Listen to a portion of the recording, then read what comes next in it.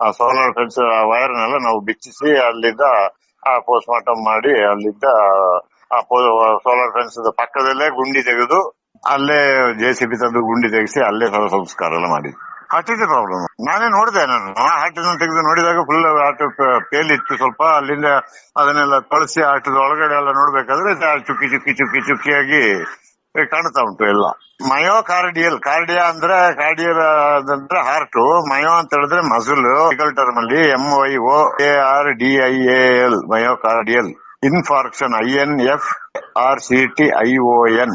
But actually ನಿನ್ನೆ ಪರದಾರ್ಥ ಇರ್ಬೇಕಾದ್ರೆ ಎಲ್ಲ ನಾರ್ಮಲ್ ಇದೆ, ಇದಾಗಿದೆ. ಅಲ್ಲಿ ಪುನಃ ಸೋಲಾರ್ ತಂದು ಮೀಟರ್ ತಂದು ಸೋಲಾರ್ ಪವರ್ ಚೆಕ್ ಮಾಡಿಸಿದೆ. ಎಲ್ಲ ಚೆಕ್ ಮಾಡಿದಾಗ ಅದು ಆಕ್ಚುಲಿ ಲೋ ಪವರ್. ಡಾಕ್ಟರ್ ಚಿಟಿಯಪ್ಪ ಅವರೇ ನಮಸ್ಕಾರ. ಏನಾಗಿತ್ತು ಸರ್ ಅದಕ್ಕೆ? ಇದು ಹಾರ್ಟ್ ವೀಕ್ ಅಂತ ಹೇಳ್ತೀವಲ್ಲ, ಆ ಟೈಪ್. ಅದು ಹಾರ್ಟ್ ಒಳಗಡೆ ಮಸಲ್ ಅಲ್ಲಿ ಎಲ್ಲ ಇದಾಗ್ಬಿಡ್ತದೆ, ಸಣ್ಣ ಸಣ್ಣ ಹೆಮರೇಜ್ ಆಗಿ ಕ್ಲಾಟ್ ಆಗೋದು ಇದು ಮಾಂಸದಲ್ಲಿ. ಈಗ ನಮಗೆ ಒಂದು ಏನಾದ್ರು ಒಂದು ಪೆಟ್ಟು ಬಿದ್ದರೆ ಒಂದು ಕಂದಿ ಹೋಗೋದು ಅಂತ ಹೇಳೋದಿಲ್ವಾ, ಆ ಟೈಪ್ ಒಳಗಡೆ ಮಸಲ್. ಅದು ಹಾರ್ಟ್ ಸರಿಯಾಗಿ ಪಂಪ್ ಆಗೋದಿಲ್ಲ, ವರ್ಕ್ ಆಗೋದಿಲ್ಲ. ಈಗ ವೀಕ್ ಹಾರ್ಟ್ ಅಂತ ಹೇಳ್ತಾ ಇದೆಯಲ್ಲ, ಅವನು ಗುಂಡಿಗೆ ಸರಿ ಇಲ್ಲ ಅಂತ ಹಂಗೆ. ಅದೊಂಥರ ಅದು ದಸರಾಕ್ ಹೋದಾಗ ಸ್ವಲ್ಪ ಅದು ಕ್ರೌಡಿಗೆ ಎದುರೋದು ಇದು ಮಾಡೋದು ಎಲ್ಲ ಇತ್ತು. ಅದರಿಂದ ಆಚೆ ವರ್ಷ ಹೋಯ್ತು, ಕಳೆದ ವರ್ಷ ಅದನ್ನ ದಸರಾಕ್ಕೆ ಕ್ಯಾನ್ಸಲ್ ಆಗಿತ್ತಾನೆ. ಸೊ ಹಂಗೆ ಇತ್ತು ಅದು ಚೆನ್ನಾಗಿ. ಅದು ನಿನ್ನೆ ಅವರು ರಾತ್ರಿ ಕಟಿ ಹಾಕಿದ್ರು, ಅದು ಸೋಲಾರ್ ಫೆನ್ಸ್ ಹಾಕಿದ್ರು. ಆ ಕ್ಯಾಂಪ್ ಸುತ್ತ ಕಾಡಾನೆಗಳು ಬರ್ತದೆ ಅಂತ ಇದರಲ್ಲಿ. ಅದು ಸೋಲಾರ್ ಫೆನ್ಸ್ ಹತ್ರ ಹೋಗಿದೆ. ಅದು ಸೋಲಾರ್ ಫೆನ್ಸ್ ಅದು ಎಷ್ಟು ಆಕ್ಚುಲಿ ಅದ್ರ ಕೆಪಾಸಿಟಿ ಇರಬೇಕಾಗಿದ್ದು 9.5 10 ಮ್ಯಾಕ್ಸಿಮಮ್ 10 to 9.5 8.5 ಈ ರೇಂಜ್ ಅಲ್ಲಿ ಇರ್ತದೆ. ಇದು ಅಲ್ಲಿ ಇಲ್ಲಿ ಸ್ವಲ್ಪ ಗಿಡ ಇಲ್ಲಿ ಅರ್ಥಿಂಗ್ ಎಲ್ಲ ಹಾಕೊಂಡು ಮೆಜರ್ ಮಾಡಬೇಕಾದ್ರೆ 3.2 ಏನೋ ಇತ್ತು. ಸೊ ಅದೇನಾಗಿದೆ, ಇದು ಮುಟ್ಟುವಾಗ ಶಾಕ್ ಹೊಡೆದಿದೆ. ಶಾಕ್ ಹೊಡೆದಾಗ ಅಲ್ಲೇ ಕುಸ್ದಾಗ ಅದ ಟೆಂಟಕಲ್ ಪ್ಲಸ್ ಅಡ್ಡ ವೈರು ಎಲ್ಲ ಇದೆ, ಈಗ ಟಚ್ ಆಗಿತ್ತದ. ಈ ಹಾರ್ಟ್ ವೀಕ್ ಇದ್ದದ್ದು ಹಂಗೆ ಕೊಲಾಪ್ಸ್ ಆಗ್ಬಿಟ್ಟಿದೆ. ಇದು ಎಲ್ಲೂ ಬೇರೆಯವ್ರ ತೋಟಕ್ಕೆ ಹೋಗಿದಾಗಿಲ್ಲ? ಅಲ್ಲ ಅಲ್ಲಿ ಕ್ಯಾಂಪಲ್ಲೇ ಇದು ಹಾರ್ಟ್ ವೀಕ್ ಅಷ್ಟೇ. ಅದು ಹಾರ್ಟ್ ಫುಲ್ ವೀಕ್. ಅದು ಇನ್ನು ಬದುಕಿದ್ರು 4-5 ವರ್ಷ ಆರಾಮಲ್ಲಿ ಸುಮ್ಮನೆ ಅದ್ನ ಹಂಗೆ ಏನು ಕೆಲಸಕ್ಕೆ ಏನು ಆಗ್ತಿರ್ಲಿಲ್ಲ. ಒಳ್ಳೆ ಆನೆ ಆದರೆ ದೊಡ್ಡ ಆನೆ, ಬಟ್ ಅದೇ ಹೆದರಿಕೆ ಅದೆಲ್ಲ ಕಳೆದ ದಸರಾದಲ್ಲೇ ಇದಾಗಿ ಲಾಸ್ಟ್ ಇಯರ್ ಕಳಿಸ್ಲಿಲ್ಲ. ಪ್ರೀವಿಯಸ್ ದಸರಾದಲ್ಲೇ ಇದಾಗಿ ಇದು ಕೆನನ್ ಇದೆಲ್ಲ ಗುಂಡೆಲ್ಲ ಆರಿಸ್ತಾರಲ್ಲ, ಸಿಡಿಗುಂಡು, ಆಗೆಲ್ಲ ಗಾಬರಿಯಾಗಿ ಓಡಿ ಹಂಗೆ. ಅದಕ್ಕೆ ಮೆಂಟಲ್ ಇದು ನಾವೆಲ್ಲ ಹೇಳ್ತೀವಲ್ಲ, ಒಂದು ಗುಂಡಿಗೆ ಸರಿ ಇಲ್ಲ ಅಂದ್ರೆ ಅವನು ಗುಂಡಿಗೆ ಸಾಕತ್ತಿಲ್ಲ ಅಂತಲ್ಲ, ಸಾಕಲ್ಲ. ಅದೇ ಹಾರ್ಟ್ ಕುಡ್ ನಾಟ್ ಬೇರೆ ಇದನ್ನ ತಾಕತ್ತಿಲ್ಲ. ಹಾರ್ಟ್ ಹಂಗೆ ಸತ್ತು ಹೋಗಿದೆ ಅಷ್ಟೇ. ನಾ ಹೋಗಿದೆ ಭೀಮನಕಟ್ಟೆ. ಈಗ ಸುದ್ದಿ ಇರೋದಂದ್ರೆ ಆಹಾರ ತಿನ್ಲಿಕ್ಕೆ ಹೋಗಿ ಕಾಡು ಒಳಗೆ ಇದಾಗಿ ಸಾಯ್ತಂತ ಹೇಳಿ. ಇಲ್ಲ ಅಲ್ಲೇ ಎಲ್ಲ ಫೋಟೋಸ್ ಎಲ್ಲ ಉಂಟಲ್ಲ. ಜನ ಸುದ್ದಿ ಹೇಳೋದಕ್ಕೆ ಏನ್ ಹೇಳ್ತಾರೆ, ಎಲ್ಲ ಇದ್ರದ್ದು ಎಲ್ಲ ಫೋಟೋಸ್ ಸಮೇತ ಇದೆ. ಅದು ಇವರು ಗಾಬರಿಯಾಗಿ ಸುಮಾರು ಜನ ಕರೆಸಿದ್ರು. IHNVB ಮೈಸೂರಿಂದ ಡಾಕ್ಟ್ರು, ಹುಣಸೂರು ಅಸಿಸ್ಟೆಂಟ್ ಡೈರೆಕ್ಟ್ರು, ಝೂಗೆ ಕನ್ಸಲ್ಟೆಂಟ್ ಆಗಿ ತಗೊಂಡಿದ್ದಾರೆ. ಮತ್ತೆ ಹುಣಸೂರು ಡಾಕ್ಟ್ರು, ನಾನು ಎಲ್ಲ ಒಟ್ಟು 5 ಜನ ಡಾಕ್ಟರ್ಸ್. ಎಲ್ಲಿಗೂ ಹೋಗ್ತಾ ಇರ್ಲಿಲ್ಲ, ಏನು ಕೆಲಸ ಏನಿರ್ಲಿಲ್ಲ ಅಲ್ಲ ಅದಕ್ಕೆ. ಎಲ್ಲಿಗೂ ಆನೆ ಕ್ಯಾಪ್ಚರಿಗೆ ಎಲ್ಲಿಗೂ ತಗೊಂಡು ಹೋಗ್ತಿರ್ಲಿಲ್ಲ. ಆನೆ ಪಾಪ ಕೋಡು ಗಿಡಲ್ಲಿ ಚೆನ್ನಾಗಿತ್ತು, ಆನೆ ಹೈಟ್ ಗೀಟ್ ಎಲ್ಲ. ಬಟ್ ಎಲ್ಲಾದ್ರೂ ಇದಾಗ್ತದೆ, ಏನೋ ಒಂದು ಇನ್ಫೆಕ್ಷನ್ ಅದೇ ಇದಾಗಿ ಕಾಡಲ್ಲಿರುವಾಗ. ಸೊ ನಾವು ಅದಕ್ಕೆ ಮಯೋಕಾರ್ಡಿಯಲ್ ಇನ್ಫಾರ್ಕ್ಷನ್ ಅಂತ ಹೇಳ್ತೀವಿ ಮೆಡಿಕಲ್ ಟರ್ಮ್ ಅಲ್ಲಿ. ಸೊ ಅದು ಆಗ ಅದಕ್ಕೆ ವೀಕ್, ಒಂದು ಹಾರ್ಟ್ ವೀಕ್ ಅಂತ ಹೇಳೋದಿಲ್ಲ. ಸೊ ಇಟ್ ಕೆನಾಟ್ ಬೇರ್ ಎನಿ ಮೇಜರ್ ಸೌಂಡ್, ಶಾಕ್ ಇಂಥದ್ದು ಇದನ್ನೆಲ್ಲ ಅದಕ್ಕೆ ಬೇರ್ ಮಾಡ್ಲಿಕ್ಕೆ ತಾಕತ್ತಿರೋದಿಲ್ಲ, ದಮ್ ಇರೋದಿಲ್ಲ. ಹಾರ್ಟ್ ಸಡನ್ ಸ್ವಲ್ಪ ಈ 3.5ಗೆ ಈ ಸರಿಯಾಗಿ ಕಪ್ಪೆನು ಸಾಯೋದಿಲ್ಲ ಸೋಲಾರಿಗೆ. ಇದು ಸಾಕಿದೆ, ಬಿದ್ದಾಗ ಟೆಂಟಿಕಲ್ಸ್ ಹಿಂಗೆ ತೂಗ ಹಾಕಿರೋ ಆ ಫೆನ್ಸ್ ಅಲ್ಲಿ ಇತ್ತಲ್ಲ, ಅದೆಲ್ಲ ಬಾಡಿಗೆ ಟಚ್ ಆಗ್ತಾ ಇತ್ತು, ಹೋಗಿದೆ ಅಷ್ಟೇ. ಇನ್ ಬೇರೆ ಇನ್ನೇನಿಲ್ಲ ಸರ್. ಅಂದ್ರೆ ಅದು ಏಜ್ ಎಷ್ಟಾಗಿತ್ತು ಸರ್ ಆನೆಗೆ?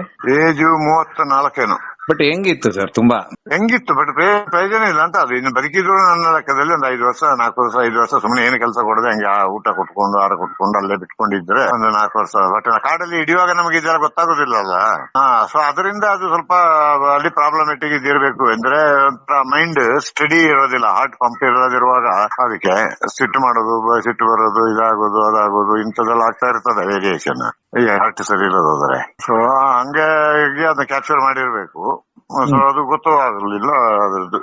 ಇದ್ರಲ್ಲಿ ಕಳೆದ ದಸರಾದಲ್ಲಿ ಸ್ವಲ್ಪ ಅದು ಅಲ್ಲ, ಪ್ರೀವಿಯಸ್ ದಸರಾದಲ್ಲಿ ಹಂಗೆ ಈ ಕ್ರೌಡ್ ಅದು ಇದು ಅಂತೆಲ್ಲ ಹೇಳ್ಕೊಂಡು ಅದ್ ನಾವ ಇದು ಮಾಡಿ ಇದು ಮಾಡಿದ್ರು ಅಂದ. ಹಂಗೆ ಕಳೆದ ಸತಿ ದಸರಾಕ್ಕೆ ಅದನ್ನ ಕಳಿಸೋದಿಲ್ಲ. ಗಾಬರಿಯಾಗಿ ಎಲ್ಲಾದ್ರೂ ಓಡಿ ಜನರ ಮಧ್ಯೆ ಅದು ಇದು ಆದ್ರೆ ಕಷ್ಟ ಅಂತ ಏನಾಗಿಲ್ಲ. ಅಲ್ಲೇ ಮೇವು ಹಾಕಿ ಅಲ್ಲೇ ಹಾಕಿದ್ದಾರೆ, ಸೊಪ್ಪೆಲ್ಲ ಹಾಕಿ. ಈಗ ಏನ್ ಕೆಲಸ ಅರಣ್ಯದಲ್ಲಿ? ಏನೇನ್ ಕೆಲಸ ಇಲ್ಲ ಅಲ್ಲ. ಈ ಕೆಲಸ ಐಶ್ವರ್ಯ ದಸರಾ ಇಲ್ಲ, ಇದು ಎಲ್ಲಾದ್ರೂ ಆನೆ ಹಿಡಿಯೋ ಕಾರ್ಯಕ್ರಮ ಇದ್ರೆ ಆನೆ ಹಿಡಿಯೋ ಕಾರ್ಯಕ್ರಮ, ಅದು ಬಿಟ್ಟರೆ ಏನ್ ಕೆಲಸ ಇದೆ ಅರಣ್ಯ ಇಲಾಖೆ? ಏನ್ ಕೆಲಸ ಇಲ್ಲ ಅಲ್ಲ. ಮೊನ್ನೆ ನೈಟ್ ಆಗಿದ್ದು, ನಿನ್ನೆ ಬೆಳಿಗ್ಗೆನೆ ಹೋದ. ನಾವು 9 ಗಂಟೆಗೆ ಹೋಗಿದ್ದೀವಿ. ಅಲ್ಲಿ ಡಾಕ್ಟರ್ಸ್ ಕರೆಸಿದ್ರು ಅವರು. ಹಾರ್ಟ್ ಇದೆ ಪ್ರಾಬ್ಲಮ್. ನಾನೇ ನೋಡಿದೆ, ಹಾರ್ಟ್ ತೆಗೆದು ನೋಡಿದಾಗ ಫುಲ್ ಹಾರ್ಟ್ ಪೇಲ್ ಇತ್ತು ಸ್ವಲ್ಪ. ಅಲ್ಲಿಂದ ಅದನ್ನೆಲ್ಲ ತೊಳಸಿ ಹಾರ್ಟದ ಒಳಗಡೆ ಎಲ್ಲ ನೋಡ್ಬೇಕಾದ್ರೆ ಚುಕ್ಕಿ ಚುಕ್ಕಿ ಚುಕ್ಕಿ ಚುಕ್ಕಿಯಾಗಿ ಕಾಣ್ತಾ ಉಂಟು ಎಲ್ಲ ಇದಾಗಿ. ಇನ್ನು ನಾನೇ ಹೇಳಿದೆ, ಇದು ಮಯೋಕಾರ್ಡಿಯಲ್ ಇನ್ಫಾರ್ಕ್ಷನ್. ಕಾರ್ಡಿಯಾ ಅಂದ್ರೆ ಕಾರ್ಡಿಯಲ್ ಅಂದ್ರೆ ಹಾರ್ಟ್, ಮಯೋ ಅಂತ ಹೇಳಿದ್ರೆ ಮಸಲ್. ಟರ್ಮ್ ಅಲ್ಲಿ MYOARDIAL myocardial infarction, INFARCTION infarction ಅಂತ. Myocardial infarction. ಉಸಿರಾಟ ಎಲ್ಲ ಫುಲ್ ರಿದಮ್ ಅಲ್ಲಿ ಇರೋದಿಲ್ಲ. ಉಸಿರಾಟಕ್ಕೆ ಶ್ವಾಸಕೋಶಕ್ಕೆ ಹೋಗೋದು ಇದರಲ್ಲಿ, ಬಟ್ ಪ್ರಾಪರ್ ಬಾಡಿಗೆ ಸರ್ಕ್ಯುಲೇಷನ್ ಎಲ್ಲ ಉಂಟಲ್ಲ, ಮೇನ್ ಬ್ಲಡ್ ಸಪ್ಲೈ, ಆ ಬ್ಲಡ್ ಸಪ್ಲೈ ಸರಿ ಪ್ರಮಾಣದಲ್ಲಿ ಹೋಗೋದಿಲ್ಲ. ಬ್ಲಡ್ ಸಪ್ಲೈ ಪ್ರಮಾಣದಲ್ಲಿ ಹೋಗೋದಿಲ್ಲ. ಆಗ ಆಕ್ಸಿಜನ್ ಆಕ್ಸಿಜನ್ ಕಡಿಮೆ ಆಗ್ತದೆ ಬ್ರೈನಿಗೆ. ಇದಕ್ಕೆಲ್ಲ ಬ್ರೈನಿಗೆ ಮುಖ್ಯ ಆಕ್ಸಿಜನ್ ಬೇಕು. ಬ್ರೈನಿಗೆ ಆಕ್ಸಿಜನ್ ರಕ್ತದ ಮೂಲಕ ಹೋಗ್ಬೇಕು ಶ್ವಾಸಕೋಶದಿಂದ. ಸೊ ಅದರಿಂದ ಅದು ಪಾಪ ಈ ಗಾಬರಿ ಆಡೋದು, ಇದಾಡೋದು, ಅದಾಡೋದು, ಹಂಗೆ ಅದ್ರ ಪಾಡಿಗೆ ತನ್ನಷ್ಟಿಗೆ ತಾನೇ ಇದ್ದು ಬಿಡೋ. ಮನ್ಸರಲ್ಲಿ ಆಗ್ತದೆ ಅದು. ಮನ್ಸರಲ್ಲಿ ಅವ್ರು ನೋಡಿ ಅವ್ರ ಪಾಡಿಗೆ ಇರ್ತಾರೆ, ಬಡಕಲ್ ಹಾಕೊಂಡು ಇದು ಹಾಕೊಂಡು ಅದು ಹಾಕೊಂಡು ಅಂತ ಇರ್ತಾರೆ. ಕಂಡೀಷನ್ ಇಟ್ ಎಕ್ಸಿಸ್ಟ್ ಮನ್ಸರಲ್ಲೂ ಇದು ಇರ್ತದೆ. ಮಯೋಕಾರ್ಡಿಯಲ್ ಇನ್ಫಾರ್ಕ್ಷನ್ ಅದ್ರಲ್ಲಿ ನೋಡಿ ನಾನೇ ಹೇಳಿದೆ, ಇದು ಮಯೋಕಾರ್ಡಿಯಲ್ ಇನ್ಫಾರ್ಕ್ಷನ್. ಅದಕ್ಕೆ ಎದುರಿತ್ತು ಕ್ರೌಡ್ ಮಧ್ಯೆ ಅವರು ವಾಕಿಂಗ್ ಎಲ್ಲ ತಗೊಂಡು ಹೋಗ್ತಾರಲ್ಲ, ಆಗ ಸಮೇತ ಅದು ಹೆದರ್ತಿತ್ತಂತೆ. ಏನಂತ ಹೇಳಿದ್ರೆ ಅದನ್ನೇ ಈಗ ಅದು ಮೇವು ತಿನ್ಲಿಕ್ಕೆ ಹೋಗಿತ್ತು, ಅದು ಯಾಕೆ ಕಾಡಿಗೆ ಬಿಟ್ರು? ಅದೆಲ್ಲ ಸುಳ್ಳು, ಅದೆಲ್ಲ ಶುದ್ಧ ಸುಳ್ಳು. ನನ್ನ ಹತ್ರ ವಾಟ್ಸಪ್ ಅಲ್ಲಿ ಫೋಟೋನ ಇರ್ಬೇಕು. ಅವ್ರು ಯಾಕೆ ಹೇಳಿದೆ, ಆ ಸೋಲಾರ್ ಫೆನ್ಸ್ ವೈರ್ನೆಲ್ಲ ನಾವು ಬಿಚ್ಚಿಸಿ ಅಲ್ಲಿದ್ದ ಪೋಸ್ಟ್ ಮಾರ್ಟಮ್ ಮಾಡಿ ಅಲ್ಲಿದ್ದ ಸೋಲಾರ್ ಫೆನ್ಸ್ ಪಕ್ಕದಲ್ಲೇ ಗುಂಡಿ ತೆಗೆದು ಅಲ್ಲೇ JCB ತಂದು ಗುಂಡಿ ತೆಗೆಸಿ ಅಲ್ಲೇ ಸಂಸ್ಕಾರ ಎಲ್ಲ ಮಾಡಿದ್ವಿ. ಭೀಮನಕಟ್ಟೆಯಲ್ಲಿ ಯಾವಾಗ ಸರ್ ಇದು ಭೀಮನಕಟ್ಟೆ ಇದು ಶುರುವಾಗಿದ್ದು? ಭೀಮನಕಟ್ಟೆ 2 ವರ್ಷ ಆಗಿದೆ ಅಷ್ಟೇ ಶುರುವಾಗಿ, ಹೊಸ ಕ್ಯಾಂಪು. ಭೀಮನಕಟ್ಟೆಯಲ್ಲಿ 9 ಆನೆ ಅಂತ. ಕಳೆದ ಸತಿ ಬಲರಾಮ ಎಲ್ಲ ಸತ್ತಿದ್ದ ಅಲ್ಲೇ ಭೀಮನಕಟ್ಟೆಯಲ್ಲಿ. ಈಗ ಗೊತ್ತಿರೋಗೆ ಬಲರಾಮ ಒಂದು ಸತ್ತಿತ್ತು, ಇದು 2ನೇ. ಬಟ್ ಆಕ್ಚುಲಿ ನಿನ್ನೆ ಪರದಾಡ್ತಿರ್ಬೇಕಾದ್ರೆ ಎಲ್ಲ ನಾರ್ಮಲ್ ಇದಾಗಿದೆ. ಅಲ್ಲಿ ಪುನಃ ಸೋಲಾರ್ ತಂದು ಮೀಟರ್ ತಂದು ಸೋಲಾರ್ ಪವರ್ ಚೆಕ್ ಮಾಡಿಸಿದೆ. ಎಲ್ಲ ಚೆಕ್ ಮಾಡಿದಾಗ ಅದು ಆಕ್ಚುಲಿ ಲೋ ಪವರ್.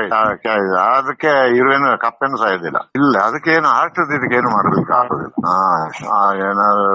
ಏನು ಮಾಡ್ಲಿಕ್ಕಾಗಲ್ಲ. ಮನ್ಸರಲ್ಲಾದ್ರೂ ಸಮೇತ ಯಾರಾದ್ರೂ ಹಂಗೆ ಆರ್ಗನ್ ಡೊನೇಷನ್ ಇಮಿಡಿಯೇಟ್ ವೈಟಿಂಗ್ ಅಲ್ಲಿ ಇಟ್ಟು ಯಾರಾದ್ರೂ ಆಕ್ಸಿಡೆಂಟ್ ಅಂತ ಇಂತ ಇದರಲ್ಲಿ ಸತ್ತು ಆ ಬ್ಲಡ್ ಗ್ರೂಪ್ ಮ್ಯಾಚ್ ಆಗಿ ಅವ್ರದ್ದು ರಿಸಿಪಿಯೆಂಟ್ ಡೋನರ್ದು ಎಲ್ಲ ಆದ್ರೆ ಪಟಾಪಟ್ಟು ಮಾಡ್ಬೇಕು ಅಂತ ಮಾಡಿದ್ರೆ ಆಗ್ತದೆ. ಒಂದ್ಸತಿ ನೋಡಿ ಅವೆಲ್ಲ ಪಟಾಪಟ್ ಅದು.